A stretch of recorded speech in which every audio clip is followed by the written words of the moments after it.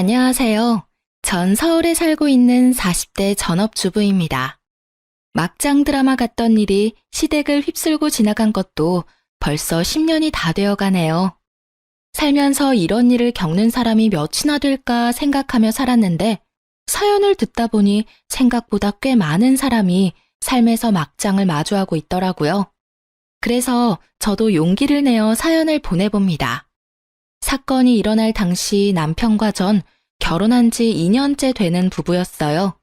남편은 가정적일 뿐 아니라 저의 삶을 존중하는 사람이었어요. 오래된 회사 생활로 많이 지쳐있는 제게 남편은 큰 활력소가 되었죠. 남편은 번역 일을 하고 있었는데 프리랜서로 활동을 해 스케줄 조절이 얼마든지 가능했어요. 그런 남편이 집안일을 독차지해주며 전 다른 맞벌이 부부보다는 비교적 편하게 회사 생활을 할 수 있었습니다. 물론 맞벌이 부부보다는 수입은 적었지만 적게 벌면 적게 쓰면 되니 큰 문제가 되지 않았어요. 저흰 두 사람 다 좋아하는 일을 하고 있다는 것에 만족하며 살고 있는 평범한 부부였습니다. 삶의 만족도가 높은 편이다 보니 얼굴 붉히는 일도 거의 없었어요. 그런 저희 부부에게 문제가 있다면 역시나 시댁이겠죠. 정확히는 어머님과 저희 부부의 문제가 되겠네요. 남편의 친모는 남편이 어릴 때 돌아가셨고 지금 저희와 문제가 일어나는 어머님은 새엄마였어요. 어머님은 아버님과 결혼하셔 슬하의 자식을 따로 가지시진 않으셨고 남편과 아주버님을 자기 자식처럼 키우셨다고 전해 들었습니다. 아니, 정확히는 아주버님만으로요. 어릴 땐 어땠는지 정확히 모르겠지만 제가 남편과 연애부터 해서 결혼까지 그리고 결혼 생활을 이어가는 동안에도 남편과 어머님의 사이는 대면대면했어요. 어머님도 남편에게 애정이 크지 않아 보였고 남편 역시 그런 어머님에게 살갑게 굴진 않았죠. 간단한 인사치레만 주고받는 두 사람과는 달리 아주버님과 어머님의 사이는 좀 더 모자 사이 같았어요. 일단 어머님의 행동이 남편을 대하는 행동과는 완전히 달랐는데 우선 호칭부터가 달랐죠. 남편에겐 그냥 이름만 부르는 대신 아주버님에겐 말끝마다 우리 아들을 붙이셨죠. 처음엔 그런 어머님의 차별을 보며 아주버님은 어머님이 재혼하시며 데리고 온 자식인가? 하는 생각도 했던 적이 있었어요. 하여튼 그런 차별을 받으니 남편도 어머님께 어느 순간부터 살갑게 대하기가 싫었다고 하더라고요. 어느 순간부터 어머님이 형만 예뻐한다는 느낌이 들었어. 그래서 그런지 나도 어머니한테 정붙이기가 힘들더라고. 그렇게 거리를 두다 보니까 나중엔 꼭 해야 하는 말 아니면 대화도 없었지. 혹시 당신이 어릴 때 큰 사고라도 친 거 아니야? 뭐 나쁜 친구들이랑 어울려 친구들 괴롭히는 건 물론이고 막 가출까지 하는 비행 청소년? 아, 방금 상상했는데 웃겼어. 하여튼 그래서 어머님이 당신한테 두 손 두 발 다 들고 포기하신 거 아니야? 그렇지 않고서야 두 아들을 그렇게까지 다르게 대할 이유가 없잖아. 아니야. 난 모범생에 가까웠다고. 어린 마음에 어머니한테 칭찬 한번 듣고 싶어서 공부를 얼마나 열심히 했는지 당신은 모를 거야. 그렇게까지 해도 칭찬 한마디 들어본 적이 없었어. 사고 친 건 오히려 형이었지. 고2 때까지 주변 학교 돌면서 도장 깨기까지 하고 다녔다니까. 뉴스에 나오는 그런 왕따나 학교 폭력 이런 사고는 안 쳤는데 싸움질은 그렇게 하고 돌아다녔어. 그나마 고3 때부터 무슨 바람이 불었는지 갑자기 정신 차리고 공부만 하기 시작해서 지금 평범하게 회사 다니면서 사람 꼴로 사는 거지. 아니었으면 아마 뉴스에 나오지 않았을까? 하여튼 그렇게 싸우고 다녀도 어머니는 형만 예뻐하셨었어. 들으면 들을수록 어머님의 행동이 이상했지만 나름 어머님만의 말 못할 이유가 있겠지 했어요. 그 말 못할 이유가 제 생각과는 달라도 너무 다른 장르여서 충격적이긴 했지만요. 어머님과 남편의 사이가 이렇다 보니 당연히 저에게도 큰 관심이 없으시겠지 하고 생각했어요. 하지만 현실은 오히려 그 반대더라고요.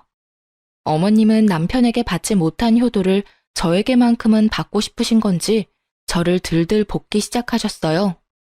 예, 한 집안의 며느리가 됐으면 집안 어른들께 아침 저녁으로 인사차 전화라도 해야 하는 거 아니니?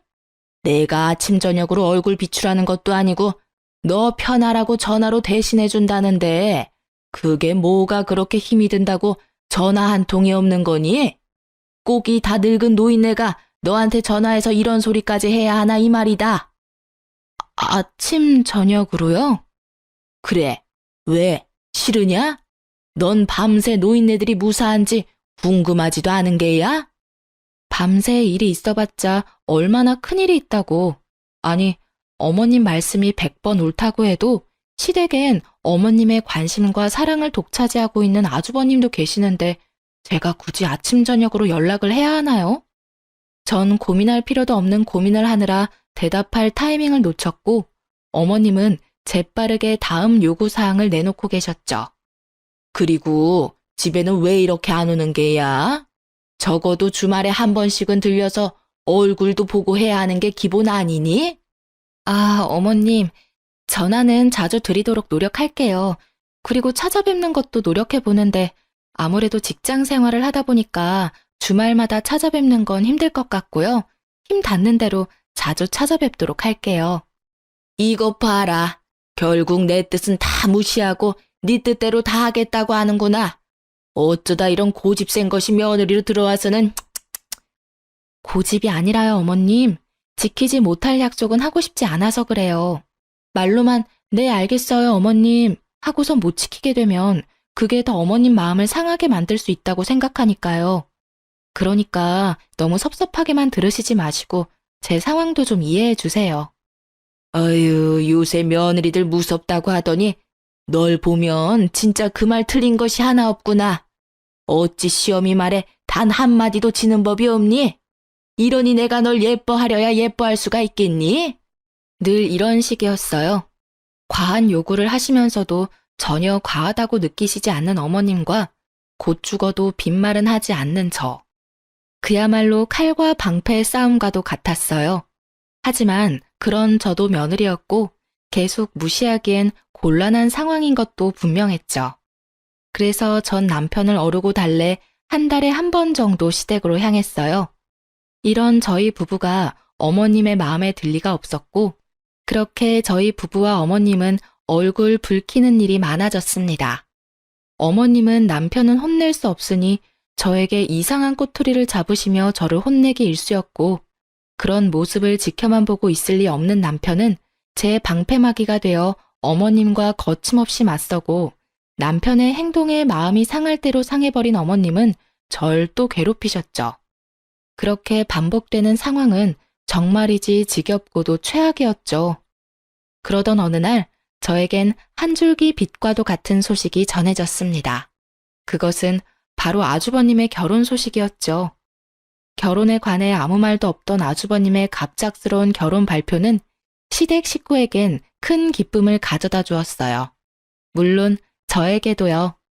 형님이 생기면 이 메비우스 띠와도 같은 상황이 조금은 나아질 것이라 생각했으니까요. 예비 형님이 되실 분은 저보다 한 살이 많고 부모님은 계시지 않는다고 전해 들었어요. 그래서 상견례 대신 밖에서 시댁 식구, 저, 그리고 예비 형님. 이렇게 간단한 식사로 상견례를 대신한다고 전해 들었죠. 그래서 예비 형님은 편한 자리라고 생각했었을까요?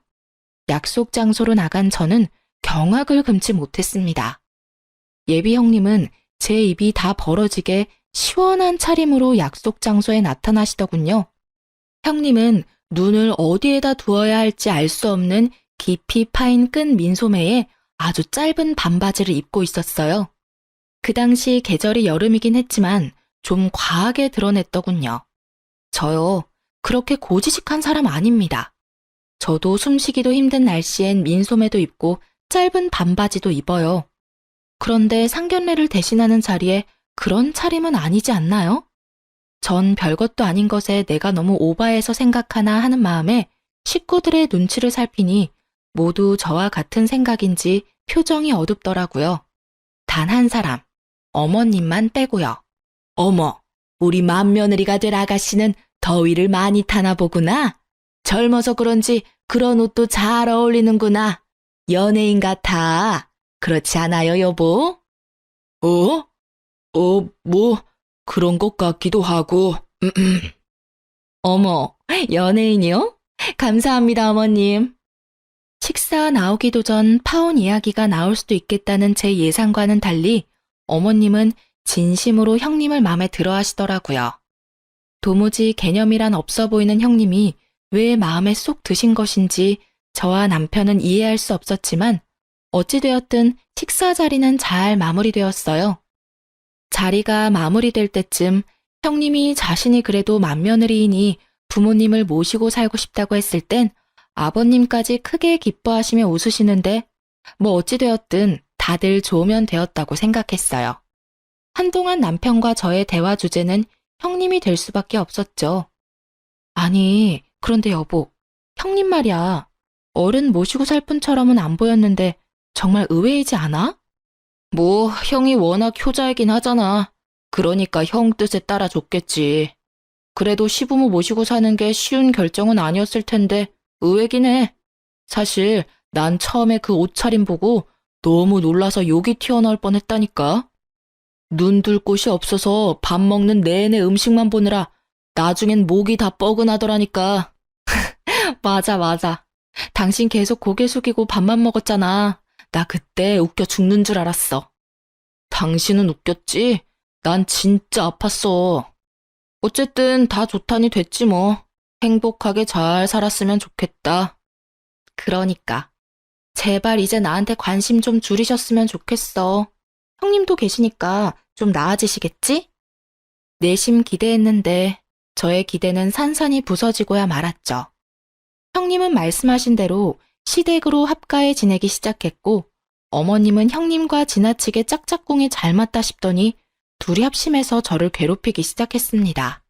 가끔 시댁에 혼자 가는 날이면 두 사람은 소파에 엉덩이를 딱 붙이고 앉아 입으로 저를 부려먹기 시작하는데 속이 부글부글 끓더라고요. 둘째야, 그 설거지 다 하고 과일 좀 깎아오거라. 아가, 사과 먹을래? 배 먹을래? 전 둘 다 먹고 싶어요, 어머님. 그래? 그럼 둘 다 먹으면 되지. 들었지? 사과랑 배, 둘 다 깎아오렴.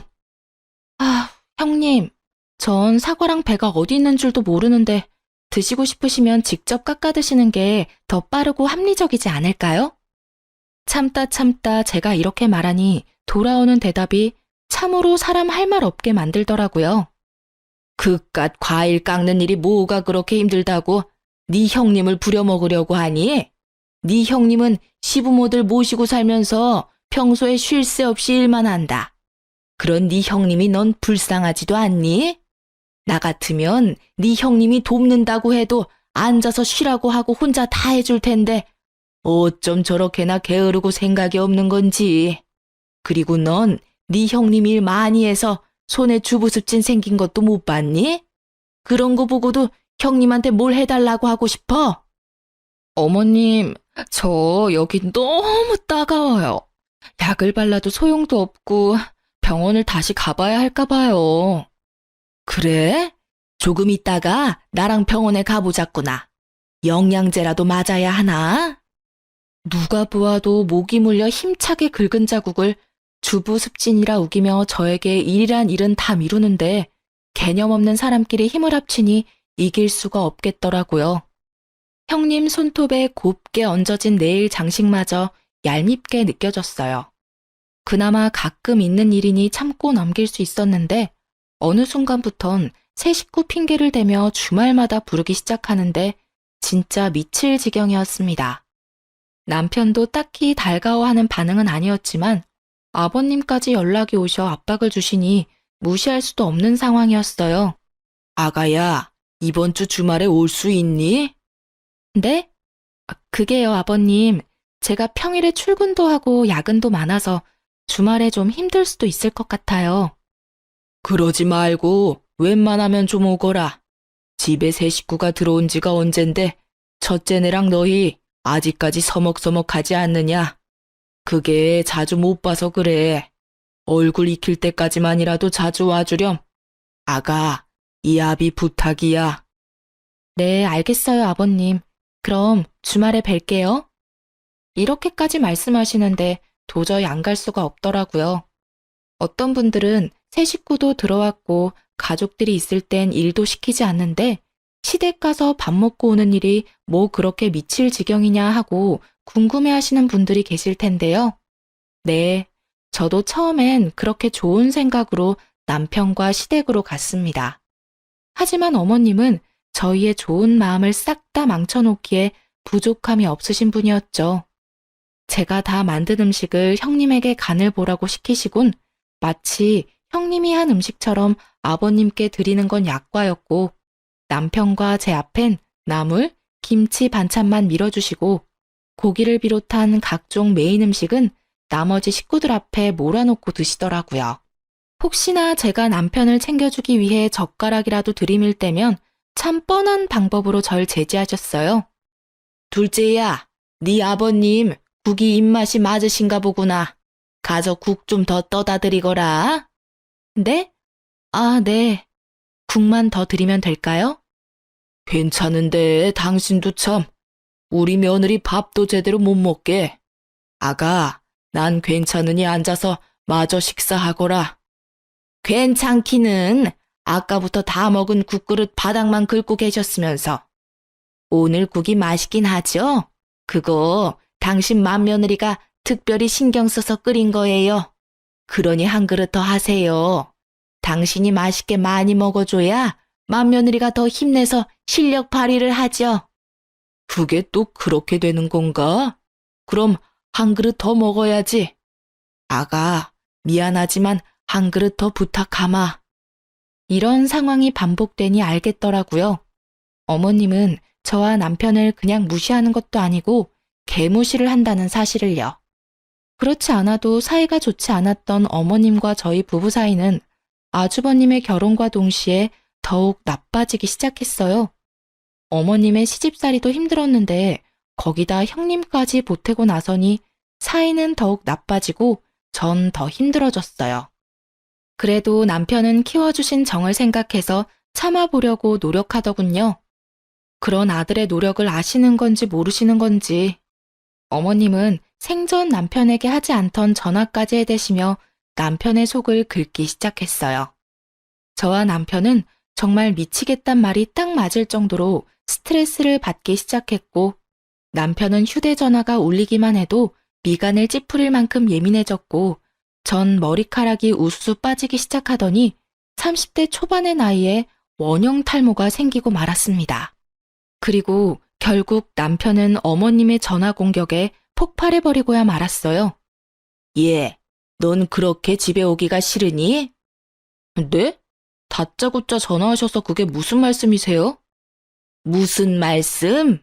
진짜 몰라서 묻는 게야? 너 어쩌다 집에라도 오는 날이면 도살장 끌려오는 소새끼 마냥 인상은 잔뜩 찌푸려서는 말도 한마디 하지 않고 묻는 말에 대답이나 하다 가지 않니? 그렇게 오기 싫었으면 오지를 말든가. 이왕 왔으면 네 형처럼 살갑게 좀 굴다가 갈 순 없는 거니? 요즘 심심하세요? 뭐? 요즘 심심하시냐고요. 그렇지 않고서야 왜 갑자기 제 표정에 관심을 다 보이세요? 이때껏 제가 울든 웃든 관심도 없으셨잖아요. 그리고 살갑게라는 단어를 입에 올리실 거면 최소한 먹는 거로 차별은 하지 마시고 그 단어를 사용하셔야 하지 않을까요? 저랑 집사람 앞에는 풀떼기만 가득하고 어머니께서 생각하시는 어머니 식구들 앞엔 그야말로 진수성찬. 그런 꼴을 당하는데 어머니 같으면 웃음이 나오나요? 그 밥상 엎어버리고 싶은 거 어머니가 아끼는 그 세 식구 때문에 겨우 참아드린 줄이나 아세요. 너 지금 밥상을 엎어버린다고 했니? 엄마한테 그게 할 말이야? 내가 아무리 네 친엄마가 아니라지만 내가 널 끼고 키운 게 몇십 년인데 어떻게 그런 말을 아무렇지도 않게 할 수가 있니? 내가 이런 꼴이나 보려고 널 지극정성을 다해 키운 줄 아니? 지극정성이라 어머니께서 알고 계시는 지극정성과 제가 알고 있는 지극정성이 참 많이 다른가 보네요. 제가 아는 지극정성이란 어머니께서 형한테 쏟은 그 정성을 보고 지극정성이라고 하는 거고요. 저한텐 그냥 방치했다는 말이 더 어울리진 않을까 싶은데요. 너 참 말을 이상하게 하는구나. 아주 이상한 오해를 하고 있는 것 같아서 하는 말인데, 난 누가 뭐래도 너희 형제 차별 없이 똑같은 마음으로 똑같이 사랑하며 키웠다.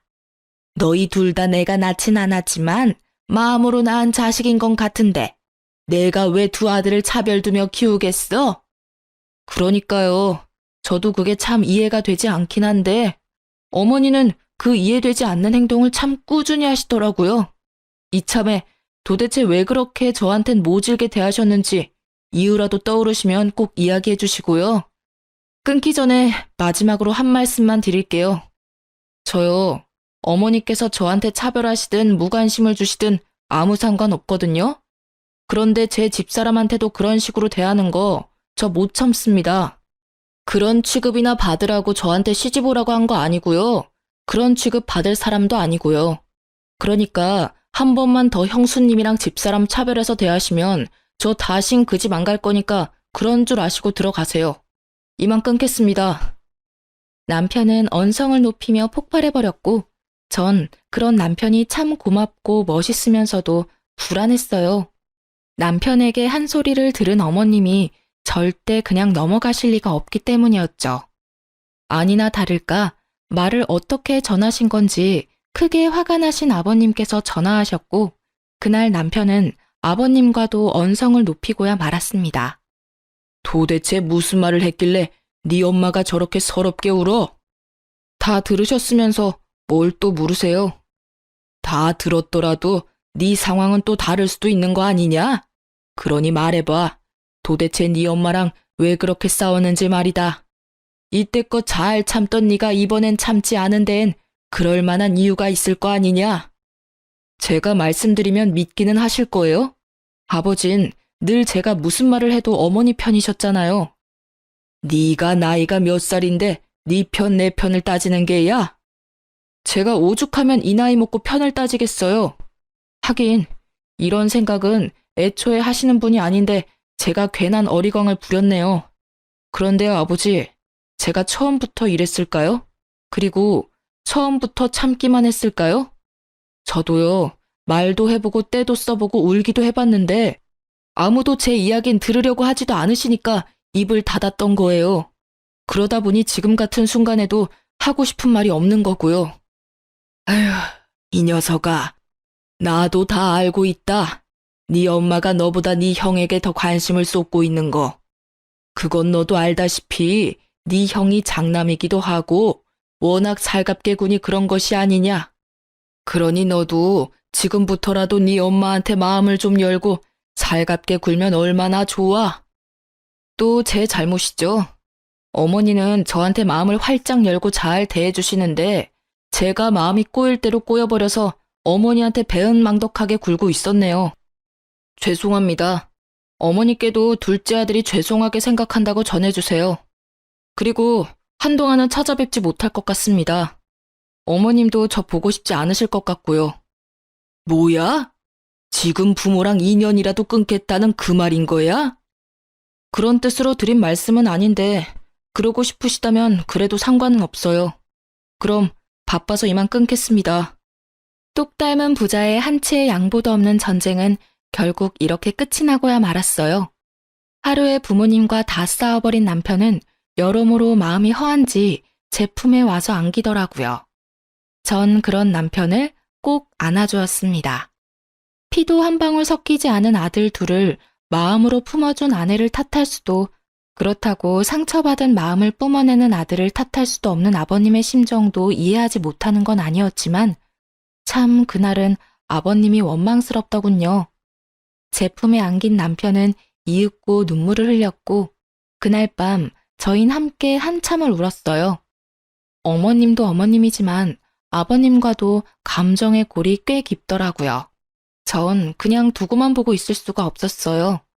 날이 밝아올 때까지 깊은 한숨만 쉬던 남편은 해가 중천에 뜨고 나서야 깊은 잠에 빠져들었고 잠이 든 남편을 확인하고서 전 시댁으로 향했어요. 아버님이든 어머님이든 누구라도 상관없으니 대화가 필요하다고 생각했으니까요. 전 그렇게 누구라도 있겠지 하는 마음으로 시댁으로 향했고, 시댁 대문이 보이는 순간 어머님과 형님이 다정하게 팔짱까지 끼고 나오시더라고요.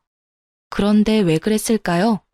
다정한 두 사람을 보는데 준비했던 말들이 한 글자도 생각이 안 나더군요. 그야말로 머릿속이 백지장이 되는데 나쁜 일을 하다 들킨 사람처럼 황급히 몸을 숨겼어요. 그 상태로 마주했다간 두 사람의 맹공격에 어버버하고 당하기만 할 것 같았거든요. 골목길로 몸을 숨겨 큰 상자들 뒤에 숨어 있는데 어머님과 형님이 무어라 대화를 하며 걷다 진지한 이야기를 하는지 걸음을 멈추고 대화에 집중하기 시작했어요. 짧은 시간에 순간적으로 숨었던 터라 두 사람과의 거리가 꽤 가까웠고 지은 죄도 없는데 왜인지 들키면 절대 안 된다는 생각이 들며 몸을 잔뜩 웅크리던 그때였어요. 충격적인 대화 내용에 두 손으로 입을 틀어막아 버렸습니다. 얼마 후 둘은 멀리 사라져갔고 저는 온몸이 굳어버리고 말았죠. 전 일단 비어있는 시댁에 들렸다가 집으로 향했어요. 그리고 남편과 꽤 긴 시간 진지하게 대화를 했습니다. 제가 들은 모든 이야기를 남편에게 더하지도 빼지도 않고 말하려 애썼고 제 이야기를 다 들은 남편은 일단 기다려보라며 제가 시댁에서 가지고 온 물건을 가지고 나가더군요. 그렇게 시간은 흘러 주말이 되었습니다. 남편은 잔뜩 굳은 얼굴로 말하더라고요. 옷 입어, 나가자. 전 드디어 그날이 왔구나 했습니다. 남편은 외출 채비를 마친 저를 데리고 시댁으로 향했어요. 시댁엔 여느 주말과 다름없이 온 가족이 다 모여 있었죠. 다른 것이 있다면 굳은 표정의 아버님과 그런 아버님의 눈치를 살피는 아주버님이었어요. 어머님과 형님은 이런 무거운 분위기 속에서도 뭐가 그리도 좋은지 봄날에 머리에 꽃 하나 꽂은 미친 여자들처럼 하하호호 신나 있더라고요. 한 치 앞도 보지 못하는 그 해맑음에 절로 혀끝이 차지더군요. 저희 부부가 집 안으로 들어서자 아버님은 가족 모두를 한자리로 모았고 그제야 저희를 발견한 어머님과 형님은 입을 삐죽이며 저희 맞은편에 앉았어요. 왔구나. 앉거라. 다들 여기 모여봐. 쟤들은 또 왜 왔대요? 당신이 불렀어요? 나 아직 둘째네 보고 싶지 않다고 했잖아요. 당신이 아무리 이런 자리 만들어도 내 마음 풀리지 않는다고요. 둘째 제가 나한테 어떻게 했는지 다 말했잖아요. 어머님은 불만 가득한 목소리로 따지듯이 아버님을 향해 쏘아붙였고 아버님은 더는 참을 수 없다는 듯 주먹으로 바닥을 내리치시며 말씀하셨어요. 그만! 그 입 좀 다물어. 분위기 파악이 그렇게나 안 되는 거야? 아니 여보. 왜 그래요? 무슨 일이 있어요? 그러게요 아버님. 무서워요. 너도 그 입 다물거라. 지금은 두 사람 목소리조차도 듣고 싶지 않으니. 화를 꾸역꾸역 참고 계시는 아버님은 남편을 바라보셨고 그런 아버님의 눈빛을 읽은 남편은 아까부터 품에 꼭 끼고 있던 서류 봉투를 내밀었습니다. 그 서류 봉투엔 유전자 정보 연구라고 적혀 있었고 서류 봉투를 유심히 보던 어머님과 형님은 얼굴이 새파랗게 질려가기 시작했어요. 그래요. 제가 두 사람을 피해 박스 뒤로 몸을 숨긴 날 제가 들은 충격적인 대화는 이러했습니다. 그러면 그 방해꾼은 이제 완전 나가리 된 거야, 엄마? 그게 그렇게 쉬운 줄 알아? 보채지 말고 기다려. 뭐든 다 순서가 있는 거야. 그래도 이제 거의 다 왔으니까 우리 딸은 즐길 준비나 해. 생각만 해도 너무 좋아. 그 진드기 같은 둘째만 몰아내면 이 집 재산이 다 내 것이 될 수 있다니. 처음에 엄마가 볼 거 하나 없는 남자에다가 엄마 아들이란 남자랑 결혼하라고 했을 땐 우리 엄마가 아주 아프구나 했는데 역시 우리 엄마는 더 큰 그림을 그리고 있었어. 대단하고 존경해 엄마. 내가 생떼 같은 내 새끼인 너 떼놓고 남의 자식을 20년을 넘게 키웠는데 나한텐 땡전 한 푼 안 주고 자기 자식들 앞으로 다 물려준다니 그 꼴은 내가 못 보지.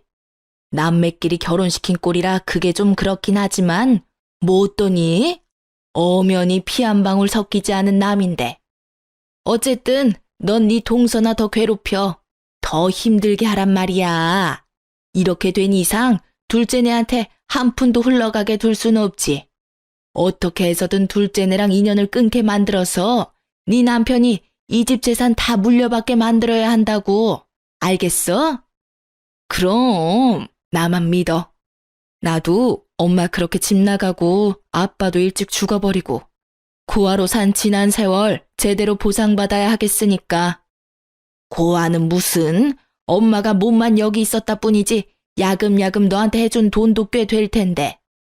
그땐 그 돈이 엄청 많아 보였는데 이 집에 들어와 보니 푼돈이더라고. 나 무슨 일이 있어도 이 집 재산 다 차지하고 말 거야. 당연하지. 둘째랑 영 끊고 나면 그 재산 누구한테 다 가겠니? 당연히 장남인 네 남편한테 다 가지. 넌 그냥 그 돈으로 평생 떵떵거리면서 살아.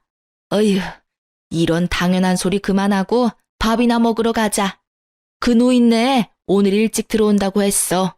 빨리 갔다 와서 또 밥 차려야지. 나이도 많은 노인네가 쓸데없이 입맛만 좋아서는 무슨 밥을 그렇게 먹니? 아주 귀찮아 죽겠어. 운은 얼마나 좋은지 그 흔한 교통사고도 안 난다니까. 하여튼 그 노인네 명줄도 길어. 그날의 충격이 아직도 잊히지 않네요. 네, 맞습니다. 형님은 어머님의 첫 번째 이혼을 할 당시 데리고 오지 않은 딸이었습니다. 딸의 남은 가족이었던 전 남편이 죽자 어머님은 남몰래 시댁의 재산을 빼돌려 딸을 돕고 있었던 겁니다. 뭐 그것까지 어떻게 욕을 하겠어요.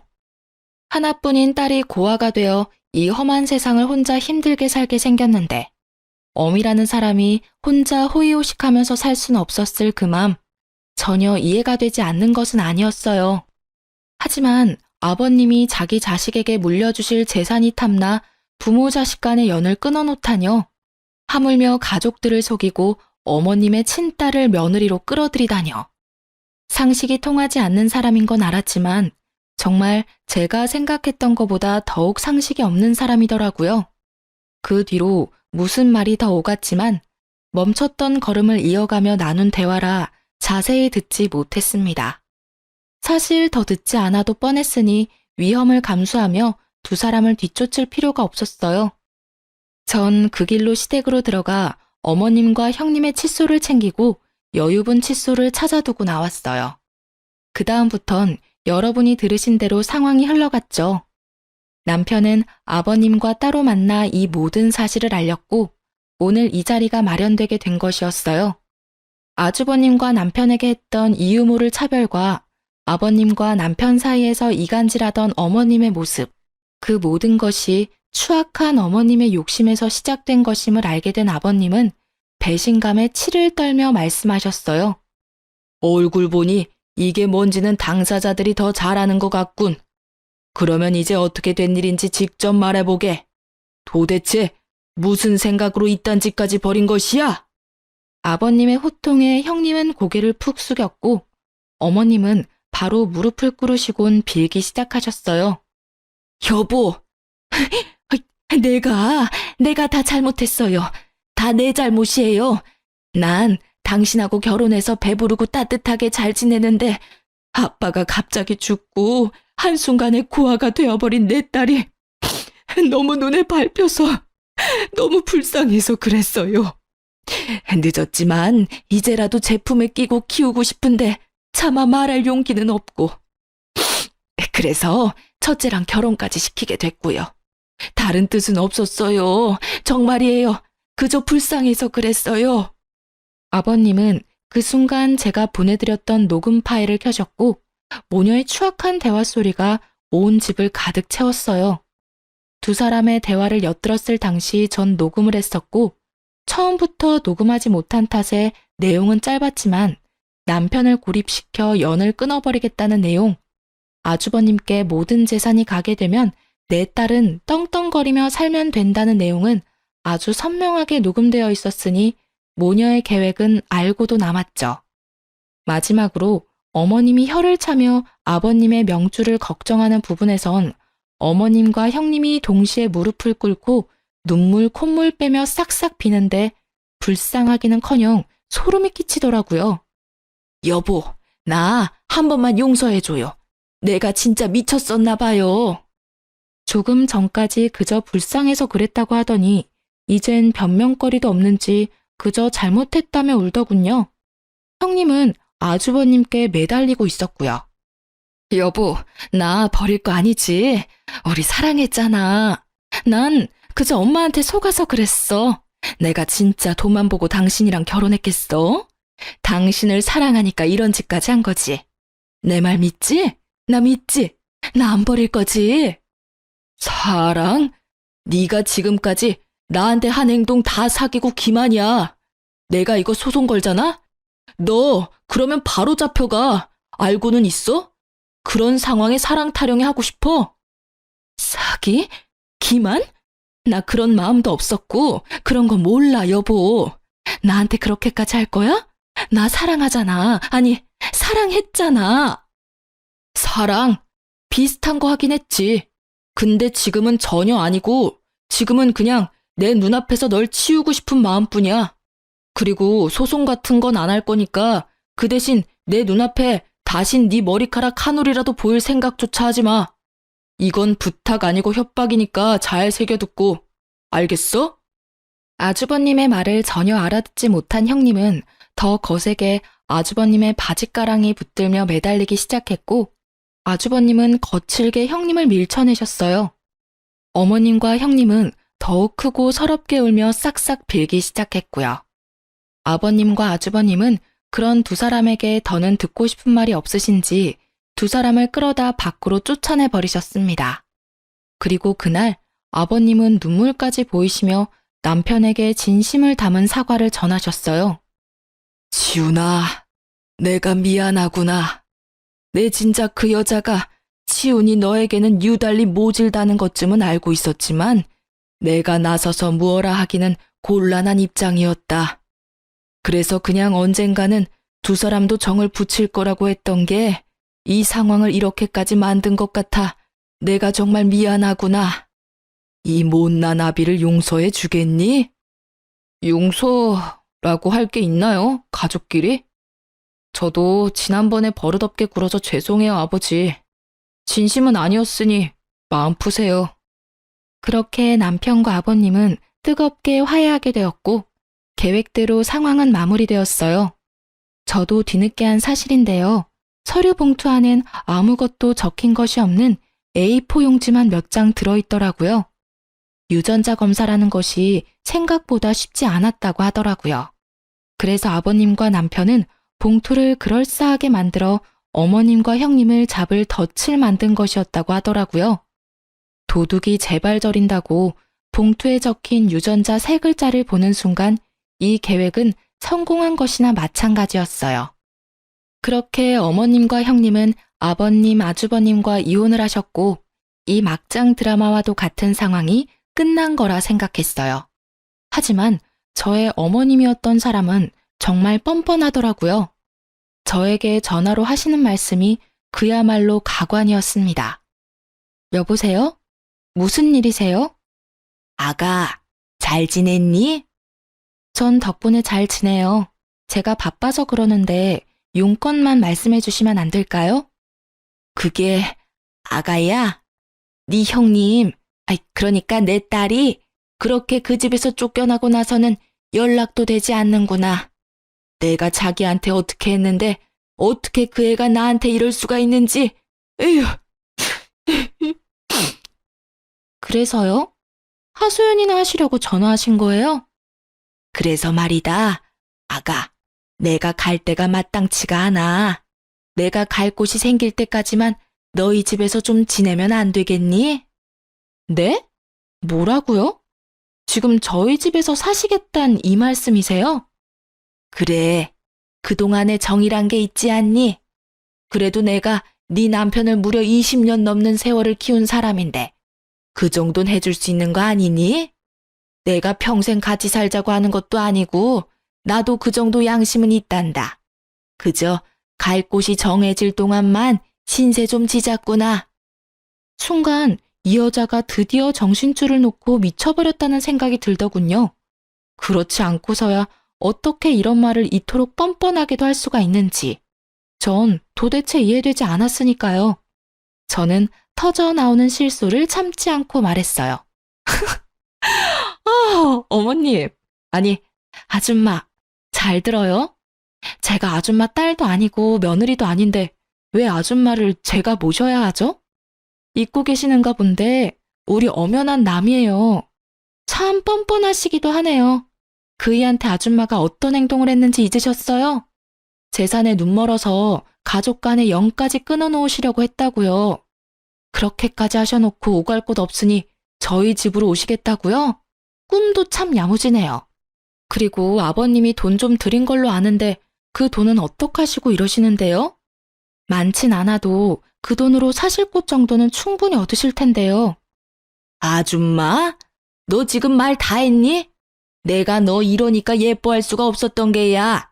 그리고 다 지난 얘기 지금 다시 끄집어낸다고 달라지는 게 있니? 넌 어쩜 애가 한결같이 독하니? 나 같으면 이런 처지가 된 내가 불쌍해서 먼저 나서서 모신다고 했을 텐데. 넌 모신다고 하기는커녕 뭐? 아줌마? 네, 아줌마. 그래요. 저 독하고 못돼 먹어서 아줌마하고 더는 할 말 없으니까 아버님이 드린 돈으로 원룸을 얻어 사시든 찜질방을 가시든 알아서 하시고 다신 연락하지 마세요. 원룸? 찜질방? 너 진짜 나한테 이렇게까지 할 거니? 내가 이 나이 먹고 원룸이나 찜질방에 가서 어떻게 살아? 왜 못 살아요? 길거리에서 사시는 분들도 계세요. 그분들에 비하면 나쁜 처지는 절대 아니실 텐데요. 그리고 앞으론 저한테나 남편한테나 연락하지 마세요. 한 번만 더 연락하시면 아버님께 다 말씀드려서 쥐고 계시는 그 돈 다 뺏어올 테니 그런 줄 아세요. 그렇게 저에게 대차게 까인 전시모는 폭이란 모르는 사람이었고 아주버님께도 연락을 하셨다고 해요. 용건은 뻔했죠. 아주버님께 집을 구해달라고 했다고 하더라고요. 자신은 원룸이나 찜질방에선 죽어도 살 순 없으니 지난 20년간 키워준 값으로 40평대 아파트를 사달라고 했다고요. 40평대 아파트가 누구 집 개 이름도 아니고 참 대단하긴 대단하신 분이라 했네요. 그 뻔뻔한 요구를 들은 아주버님은 아무런 대답도 하지 않고 전화를 끊어버렸다고 합니다. 대답할 가치를 못 느꼈다고 하더라고요. 그리곤 바로 아버님께 모든 사실을 알렸고 아버님은 전 시모에게 연락을 해 다시 이런 연락을 한다면 그나마 줬던 돈을 다 뺏겠다고 단단히 못 박았다고 합니다. 그 이후로 또 연락이 왔냐고요? 아니요. 그 돈이라도 챙겨야 했던 전 시모는 아예 잠적을 해버렸거든요. 혹시나 싶었는지 번호도 바꿔버리시고요. 잠적한 또 다른 한 사람, 바로 전 시모의 딸. 그 여자의 소식은 의외의 장소에서 전해 들을 수 있었어요. 친구 중 물류센터 직원인 친구가 있는데 그 친구가 전화가 왔더라고요. 네 형님이었던 사람 이름이 박은주 맞아? 박은주 맞아. 네가 그걸 어떻게 알아? 아니, 요즘 쿠팡에 일용직 알바 오는 여자가 있는데 낯이 이상하게 익잖아. 그래서 생각해보니까 글쎄 네 형님인 것 같은 거야. 아니 왜 한동안 네 카톡 사진 너희 가족 사진이어서 내가 자주 봤었잖냐. 박은주. 맞네, 맞아. 그 여자 여기에 와서 일하고 있어, 일용직으로. 어머, 진짜니? 그렇지 않아도 도대체 어디서 뭘 하고 사나 싶었는데 거기에서 일하고 있었네. 일하는 것도 아니지. 성실하지도 않은 사람이 일까지 못해서 일손 부족해서 진짜 급한 날 아니면 일하러 오지도 못해. 일용직도 사람 가려가면서 받아 얘. 그 여자 하는 꼴 보니까 모르긴 몰라도 밥 빌어먹고 살긴 참 힘들겠더라. 몸 쓰는 일은 몸 써야 돼서 싫고 머리 쓰는 일은 머리 아파서 싫고. 내가 여기 있으면서 여러 사람을 만나봤는데 그 여자 캐릭터도 보통 아니더라니까. 여러모로 잘 이혼하셨어. 네 남편 형. 아주 집안 말아먹을 사람이더라니까. 그래서 요즘은 안 와? 안 오는 게 아니라 정확히는 못 오는 거지. 뭐 어제는 급해서 부르긴 했는데 하는 꼴 보니 한동안은 또 못 올 것 같더라. 자긴 계속 일하고 싶다고 신청은 하는데 이딴 식으로 하면 다신 못 올 가능성이 높다고 봐야지. 평생 일용직이나 기웃기웃할 게 뻔하다 뻔해. 아니지. 일용직도 힘들 수도 있겠다. 일만 못하는 게 아니라 사람들이랑 잘 어울리지도 못하더라고. 그렇게 싸워. 그냥 막 싸워. 여기저기 시비도 잘 걸고 시비도 잘 걸리고. 하여튼 또 그 여자 일하러 오면 또 말해줄게. 친구 말을 들어보니 아직 정신 차리려면 멀었다고 생각했네요. 그래도 언젠가는 인생사라는 게 쉽지 않다는 걸 좀 깨달았으면 하네요. 그런 날이 과연 올 줄은 모르겠지만요. 이렇게 드라마 같은 시댁 사건도 끝이 났습니다. 막장 드라마를 보며 저런 일이 일상에서 일어날 수 있는 걸까? 하고 생각했었는데 생각보다 다양한 사람들이 가까운 곳에 살고 있더라고요. 막장은 결코 먼 곳에 있는 것이 아니었어요. 저희는 행복하게 잘 살아가고 있어요. 아주버님은 그 사건 이후 이제 결혼 생각은 없다며 아버님께 물려받은 회사에 몰두하고 계세요. 아버님이 계실 때보다 매출이 오르는 것을 보면 아주버님 능력이 대단하시긴 한가 보더라고요. 아, 참고로 남편에게도 회사로 들어오시길 권하셨지만 남편이 단칼에 거절했어요. 남편은 회사에 관심도 능력도 없다며 확실히 못 박았죠. 아버님은 그런 남편을 많이 아쉬워하시며 지금 살고 있는 저희 집과 시골의 땅을 좀 주셨어요. 그렇게 대충 재산 정리를 하신 아버님은 요즘 저희보다 더 바쁘신 삶을 지내고 계세요. 어느 날부터 경로당에 다니시더니 거기서 사귄 친구분들과 여행도 다니시고 맛집도 다니시느라 아주 바쁘시더라고요. 그 사이 저희에겐 남편을 똑 닮은 아들이 태어났어요. 지금은 5살인데 크면 클수록 아버님이 보이는 것이 유전자의 힘이란 참 대단하구나 싶어요. 3대가 나란히 걷고 있는 모습을 뒤에서 보면 모르는 사람이 봐도 한 핏줄이구나 싶을 정도로 체형, 걸음걸이가 닮았어요. 아, 그리고 저흰 아버님이 주신 땅에 집을 지을 계획이랍니다. 그 집에서 온 가족들과 다 함께 모여 살면 어떨까 싶어서요. 모여 살다 보면 또 크고 작은 문제들이 생겨날 수도 있겠지만 워낙 큰일을 겪었다 보니 다 헤쳐나갈 수 있을 것만 같아요. 행복하게 살아볼 테니 다들 응원해주세요. 이로써 제가 드릴 말씀은 끝이 났네요. 다들 제 이야기 들어주셔서 감사합니다. 행복하세요.